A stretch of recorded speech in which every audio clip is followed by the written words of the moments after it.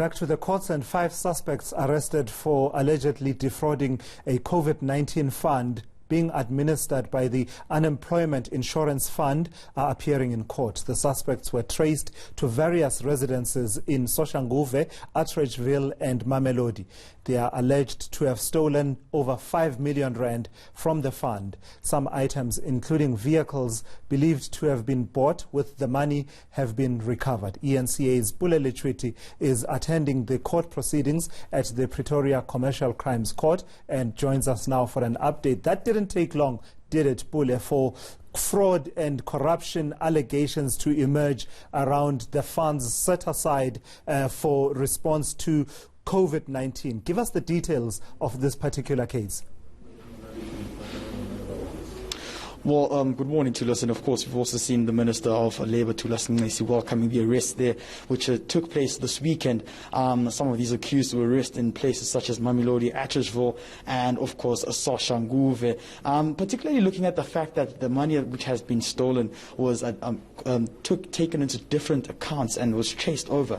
We do know that this didn't take more than 3 weeks or so, and you're probably wondering why I keep looking back is because the suspects are still in a court whereby they are applying for bail, and what we also know, we've received the information that the state isn't opposing their bail hearing. But when we spoke to, of course, the UIF commissioner earlier on, saying that, this is becoming quite a problem whereby companies are actually having ghost workers, and at the very same time there's been false claims and attempts to try and defraud some of, the system, the FF system, and money being laundered into different accounts.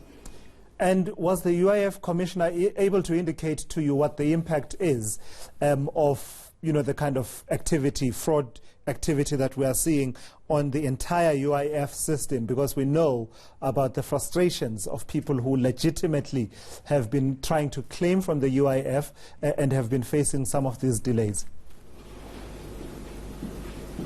Definitely, quite a good question. And he also said that during the time of this coronavirus pandemic, there's been large pressure placed on the systems. And of course, there's been a lot of complaints which they have been receiving from people and, of course, companies. But in particular to companies, he's mentioned things such as companies trying to take advantage of this period. And, of course, that their system has been having a strain whereby this isn't the first kind of criminal activity they're witnessing. All in all, from within the space of 2 months, they say they've lost about 10 million rand, which is quite a lot, looking at the fact that they say they could have had much more better measurable systems in place. We spoke to him earlier on in the morning, and this is what he had to say about this matter.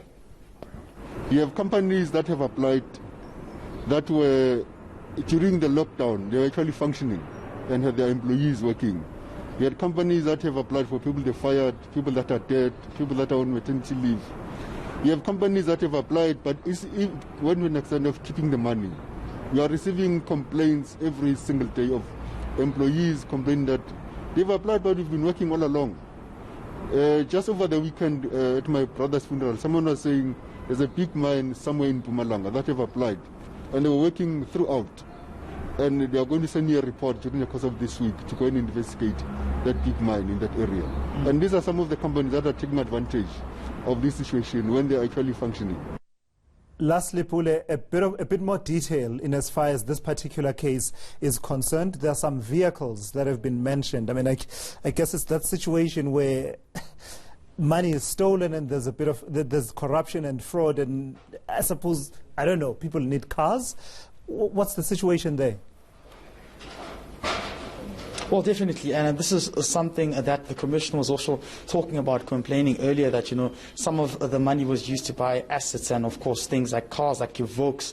Nothing really much particular as to what else could have been bought around there. But like you've mentioned earlier, some of these assets were, of course, freezed and taken by the National Prosecuting Authority unit of FACHA. And these are some of the things they're looking into, Tulas, whereby companies actually take advantage and using money to purchase assets, which not even, again, for something like society, but for their self-interest. And this is some of the concerns raised by the Commissioner. What we also can tell you now is that the 5 suspects who are currently appearing before court face charges of fraud, money laundering and theft. All right, thank you so much. So many parallels there that can be drawn with other cases that we have seen. And I mentioned that with Pule, and he mentions some luxury brands of cars because, of course, you'll know, if you read the VBS Great Bank Heist report, the number of cars that people suddenly felt they needed to buy in the wake of that fraud is actually astounding. And so even in this case, it's being alleged that some vehicles were bought with proceeds from that fraud directed at the UIF. Pule Litwiti reporting for us there from the Commercial Crimes Court in Pretoria. This is